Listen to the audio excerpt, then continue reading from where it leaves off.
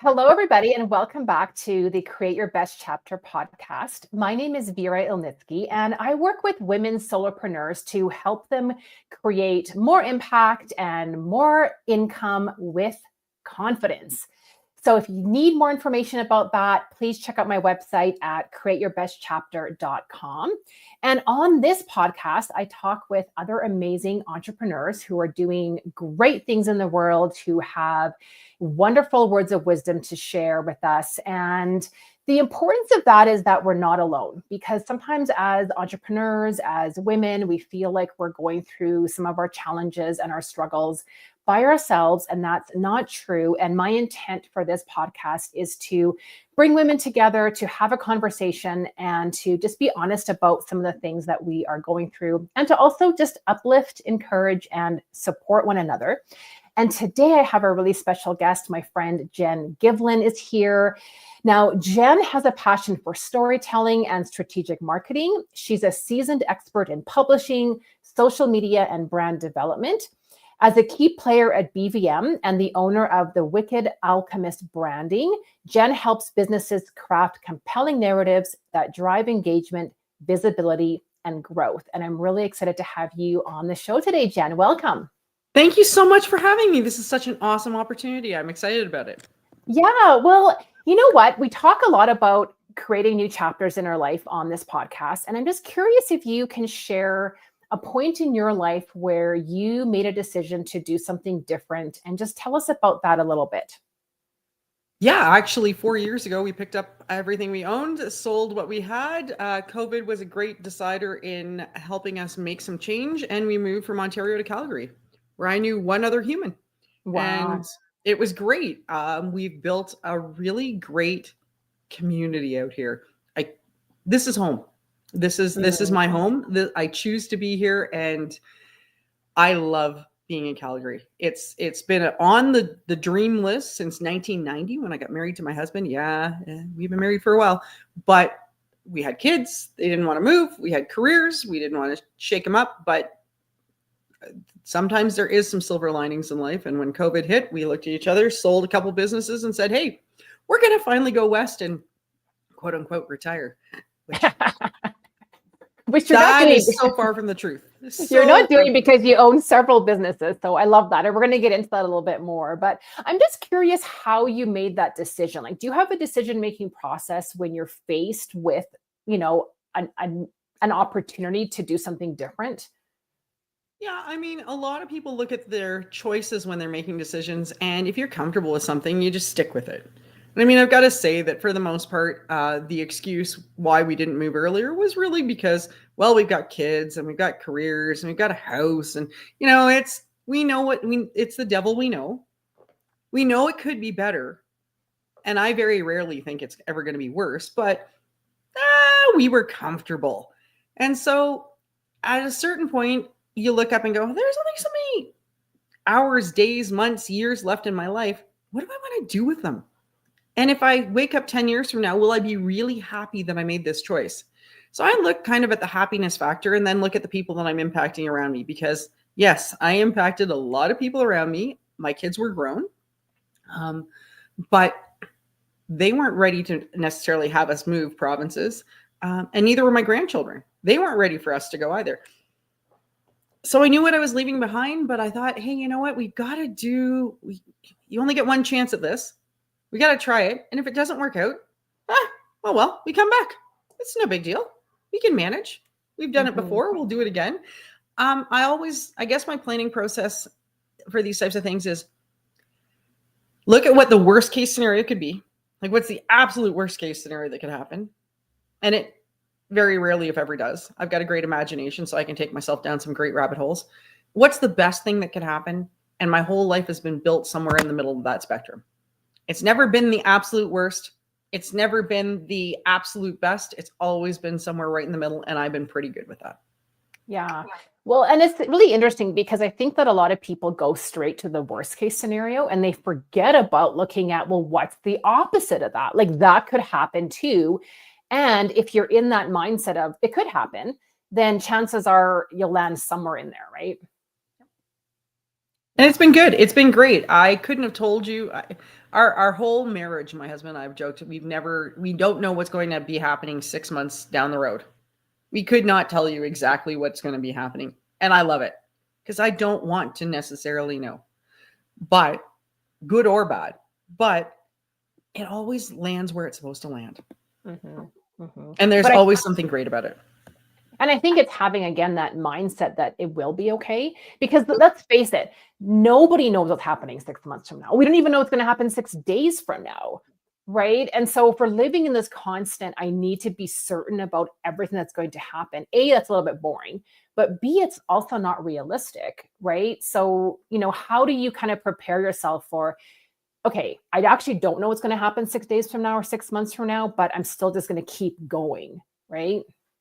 I firmly believe that there's more good than bad. There really is.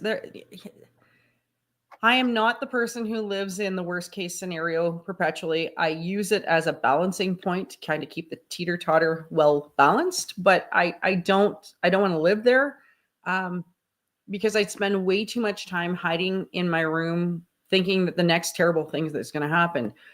We lost my mom last July. We knew for 10 days before she was passing that she had stage 4 cancer. We only knew for 10 days. Would I do something differently than what I had done? No. Did I want to know more time? No, I didn't. We used those 10 days as effectively as we could, and we just made the best of what we had with her. Would I love her to have her back? Absolutely. Am I mad sometimes at the universe that it happened that way? Yeah, but there's still a silver lining. We still get to spend time with her. We still knew what was happening. And she would have said she wouldn't have wanted to know either. She thought she had COVID. She didn't. She had stage 4 pancreatic cancer. There is a difference. But she also had COVID on top of it. And that's what brought us to the attention of the cancer. Prior to that, she just thought she had a cold and was wondering why she was tired. Wow. Otherwise, active, healthy human being. And she lived her whole life by that. I don't know what's going to happen, but I know it's all going to turn out just fine. And so that's the same approach I've taken, and I hope my kids take the same approach. I don't know what's going to happen. And quite frankly, it would ruin the story. I don't want it to ruin the story. I just want to go and make the best of today and be the best human I can possibly be. Help where I can, and hopefully make things better and create some great communities along the way. And I'm sorry you lost your mom, and thank you for sharing that. And I think it does put things into perspective, right? Because none of us do know when that last day on earth is going to be. And so you've mentioned, 2 things that really stand out for me is having an impact and building community. And I'm wondering if you can go into that a little bit more in terms of the, what your mission is and how you create impact and why that's so important for you. People all have a story and they need to be able to be heard. And so in building a community, not everybody's story is going to resonate with everyone all the time, but in building a community and offering people the opportunity, then the people who want to hear and need to understand that story and can take something from it will collaborate together. And the ones who don't, there's a different community for them too. And so it's all about taking advantage of an opportunity to connect great people together when we can, as often as we can, because life is too short to live alone. It's not something I would ever want to wish upon anybody. We're social beings. We need to spend time with people. And given everything that's going on in the world, a little bit of human kindness goes a long way. So if I can help offer a space for people to be able to communicate and share what they feel is important in their world, then we can only make things better. You built up a really fabulous community, and you've only been in Calgary for 4 years, and I've seen part of that journey with you doing that, and it's really amazing. And I'm wondering if you can share maybe some strategies on how you did that. Like, how did you go and meet? Like you said, you knew one person here. So I meet a lot of people. A lot of my clients say, you know what, I really want to meet some new people, but I'm having challenges with that, or I know I need to go network, but I really am scared of doing that. Like, what is your advice to people who are looking to grow the people that they know? So there's a couple systematic tips I can recommend, and then there's a couple behavioral tips I can recommend. Systematically, go and use the tools that are already there. So if you know there's networking available for you in your community, go to it.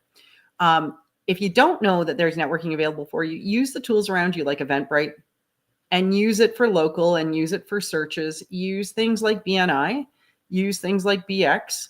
Those are all opportunities where they want to meet you. Even if you're afraid to be met, they want to meet you. They didn't get together to have a private dinner, or they wouldn't have posted it somewhere for the public to see. Behaviorally, you have nothing to sell. You're just going to meet people. That's the biggest mistake people make in marketing, in advertising, in business. They all think that they've got to sell something immediately, and if they don't sell it, it's the hit and run approach. Think of yourself as the person receiving that action. Would you want that to happen to you? No. None of us want to feel like we've walked into a situation where somebody's just waiting like a shark for us to walk into a room or walk into a space and take us out. That's not what any of us ever look for. We all get butterflies when we walk into networking events. We all do. Even the most extroverted human on the planet should be nervous, or they don't. It doesn't matter anymore. And if it doesn't matter anymore, they shouldn't be doing this job anymore. So go in knowing that everybody that's there who's come in for the first time was nervous the first time they went in. But there are some really great people in the room who just want to learn more about you, and you get to learn more about them. And if you make it more of a fact-finding mission about them and don't worry about what you're saying about you, life is just so much easier. You'll find that you actually make some great connections. And if you gamify it a little bit in your own mind, hey, I'm going to go and find out 3 people's stories and learn about them, you'll never be afraid to network again. I love it. That's such great advice. But why do you think people are so scared to attend networking things or meet people that they don't know? It's that public speaking thing. I think they said public speaking ranks amongst the top 3 things that people are actually deathly afraid of. It's not one of the ones that I'm deathly afraid of, but I certainly understand that part of networking involves the knowledge that you're going to have to say something in front of a group of people for 30 seconds to a minute, and that can feel like an eternity when you first start out. So if you're one of those people that feels like an eternity, script it. Prep it. Again, going back to a systematic approach, use the tools around you. Hate to say it, but AI is a great tool, and it can make you much more comfortable, and practice it. Stand in front of a mirror, practice the conversation, put the smile on your face, make sure people know it's you, but make sure the words are authentically yours. So use the tool. Don't take what the tool gives back to you. Make sure that it's authentically yours and practice it. And the more times you practice it, the less time you'll need it in your back pocket, because it is about you. But public speaking is not everybody's thing, and that's totally fine. The other thing is, I don't know what they're going to do, and what if they don't like me? What if they don't like you? You're going in for the first time. Somebody in that room is going to like you. And quite frankly, if they don't, you don't have to go back. And you don't have to stay. If you really hate it, you don't have to stay. That's the fun part. We always seem to forget that we have choice. And if it's not the right environment for you, then don't stay. I've been in some very odd situations with networking and gone, I don't think this is the right crowd for me, or what I thought the description of the networking event was and what the actual event seemed to be when I got there. Okay, this isn't probably my most comfortable environment. I'm going to give it some time. I'm going to give it a shot. And then you get to make the choice on how long you want to stay and if you want to go back. Yeah, absolutely. I mean, that we definitely have the choice. And I think it's remembering that we have the power to do that. And you know what? The reality is that as humans, and you've mentioned this, is we are community focused. Like, we're meant to live and work and play in community, not by ourselves. And I think it's so interesting because in our world today, we're much more connected, in quotation marks. Like, we have all the tools to stay connected. Like, you and I are meeting on a digital platform, not in person. Yep. And we have that. I mean, it's an amazing power that we have. And yet the number one challenge with most people is that they feel lonely. Like the number one problem in the world is that people feel isolated, lonely, don't have social connections. I even read one stat where people feel there's like a third of people feel that if something happened to them, they have nobody to call.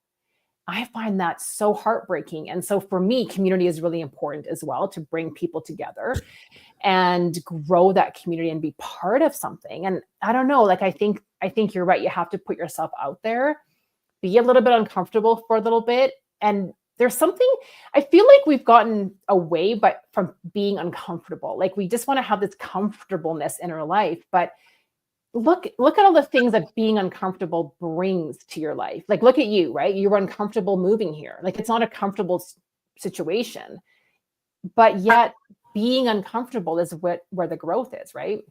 Absolutely. My husband complains, and I tease him a little bit because he keeps saying, "Hey, everybody calls it anxiety now." He said, "We used to just call it a little bit of stress and nerves, and it's something that we just knew came along with anything new that we had to experience, had a little bit of that of it. But on the flip side, on the upside of that stress and nerves, you got a little bit of adrenaline. Mm. You get that kind of fire underneath you to go, okay, this is actually, while it's a little scary, it's kind of intoxicating too. I mean, doing something that pushes you beyond your comfort zone actually has some great physical benefits in the fact that your body reacts and goes, hey, listen, I can do this. It's funny, in my mom's passing, there have been a couple environments where I had no idea that I'd have a reaction the way I did. And it was so completely unexpected. And it was, I went to my first funeral after my mom passed, and it was for someone else. And bagpipes started to play. And bagpipes are close to my family background. And there was part of me on the inside that went, I can't do this. And then the adult part of me goes, yeah, you can, because you're going to look like a ding dong jumping out of a funeral in the middle of the bagpipe guy coming out. No. So it's those things where you're like, hey, this is a new experience for me. And I've had it a couple times. I had it the other night when we went out to a Fleetwood Mac event, the candlelight event. And I was sitting there, and again, a song came on, and I went, I can't do this. And I thought, why can't you? So sometimes it's acknowledging that feeling, which can be really scary, and then actually asking why. Like allowing yourself to say, hey, I maybe you walk up to that networking door, maybe you go to pull on that door handle, and the big part of you goes, I can't do this. And the real answer is why? Why? Because you can. It's not nearly as scary as you think, but it's okay to be afraid. I think we forget that too. I think we forget that it's okay, that fear and anxiety and stress are all opposites on other good things that happen. The happiness, the joy. What things have we left behind by not wanting to experience any type of anxiety, stress, or fear? Yeah. Yeah, you're talking about the law of polarity, right? Like there's an opposite to everything. And you're right. We just want to have all the quote unquote good emotions or good feelings happening in our life. But the human experience encompasses all of that. And we can't avoid sadness or grief or fear or doubt. And it's learning to do things like having those things with us.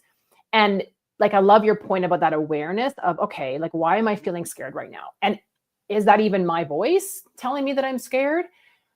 Is that even true? Like, am I actually scared? Is it excitement? Maybe it's something else, right? Or what is this going to teach me? Right? To your point, okay, I'm going to open up that door, and all of a sudden, guess what that does, right? It builds confidence, it builds resilience, it builds courage. Who knows what else it's going to bring to you, like new friends or a new learning experience or a new job opportunity. And so I love that flip, that reframe of there's the opposite side to everything too. Even the bad things. Yep. Nothing's permanent. The good isn't permanent. The bad isn't permanent though either. There is an opposite side, and I need the bad to remind me how great the good is. And I need the good to remind me of how you can get through the bad. Yeah, 100%. What do you think, like, what has been your biggest learning from moving here and just starting fresh in a new place, in a new city? Then anything's possible. Mm. Like, I always said the words anything's possible, but it really is, anything's possible. And once you do it once, it's funny how you look up, I'm not going anywhere, but I could do it again without issue. If somebody said to me, hey, now you got to pick up your toys and move to Vancouver, or you've got to, go back and go to Halifax. Okay. I have at least enough of a blueprint now to be able to have done it once, to be able to go, okay, it's not the same environment, but I could do it again. Mm-hmm. Yeah.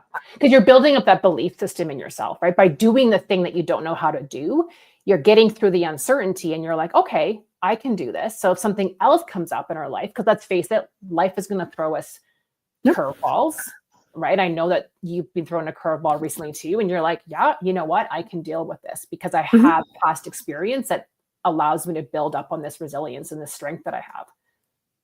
It's like making cookies for the first time, and you're going, oh, I don't know this recipe, and I don't know if I'm going to be good at it. Well, no, you're probably not going to be good at it. No, but you'll do it, and then the next time you go to do the same thing, you'll be like, hey, that wasn't so bad, and maybe I don't need the whole recipe out in front of me. Maybe I remember some of the steps, and I know exactly what to do, and I don't have to read it line by line, word for word. I can actually just start and do it, and then by the time you've done it for the 5th or 10th time, you're like, hey, this is easy. I don't even need to pull the recipe anymore. I just know what to do.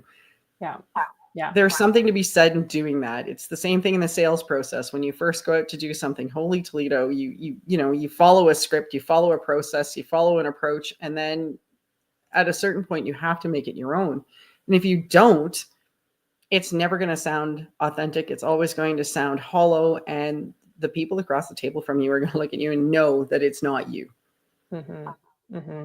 But it does take practice. It's like anything. It's like even the networking thing, right? Like the first time you go to a networking event, it can be really scary. And what do I say? And how do I come across? And what's my pitch? And like all that kind of stuff. And then, I mean, you and I both know, right? Like we attend lots of networking events. And after a while, you're like, okay, I can just pretty much walk up to anybody, say hi.